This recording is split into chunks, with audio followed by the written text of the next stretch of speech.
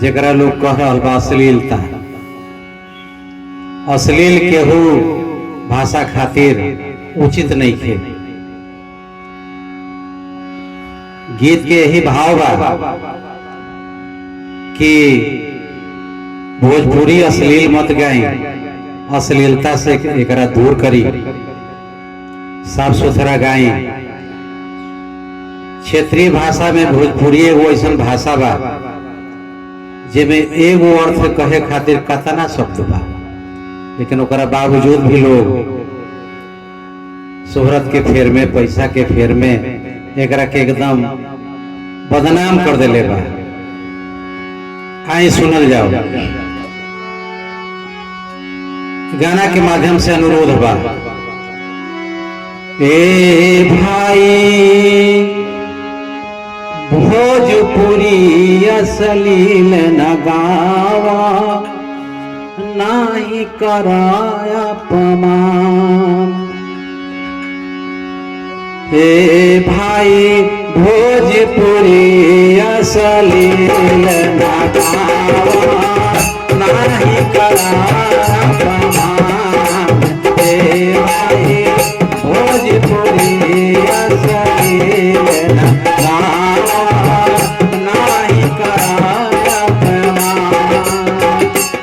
माटी के भाषा पर बाई समान। भाई भोजपुरी अश्लील नाही कराया अपमान।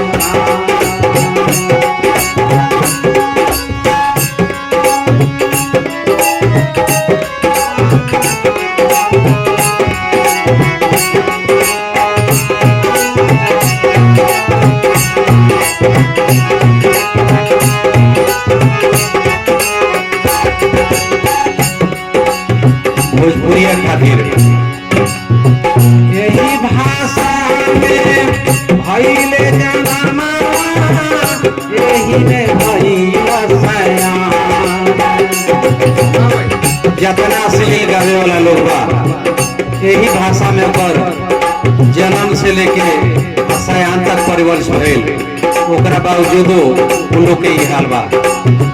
यही भाषा में भइले जनमा, यही में भइला सयान।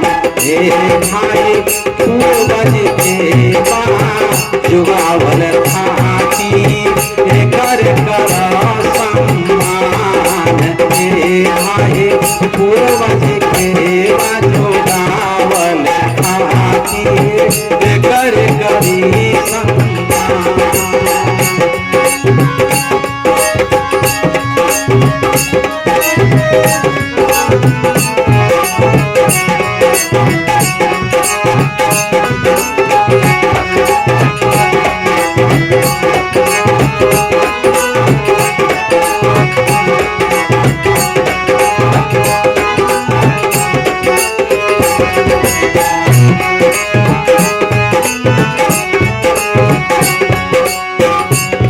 अश्लीलता के आड़ में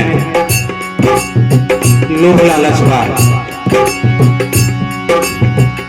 ऐसन पैसा ऐसन सोहाग भोला के समान। हे भाई भोला के समान। ऐसन शोहरत ऐसन पैसा कौना काम के जे अपन भाषा कि मैंने एक से माथा पर से आंचल उतार के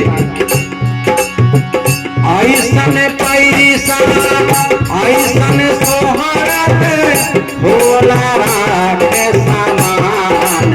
हे भाई अश्लीलता के यार में आपन जनाई मान। हे भाई अश्लीलता के यार में आपन बेचनाई मान।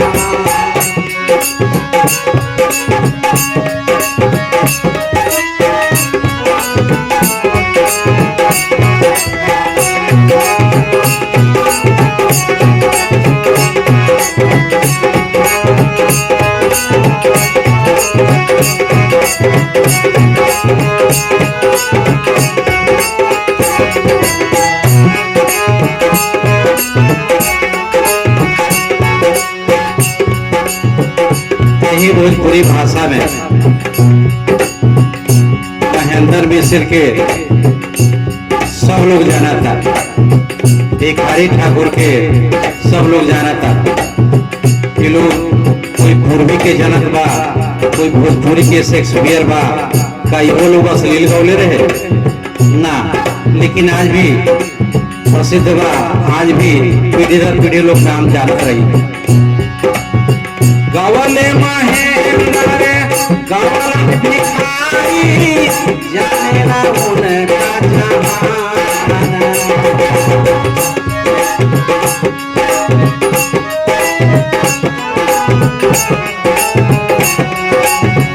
ये लोग विद्वान रहे।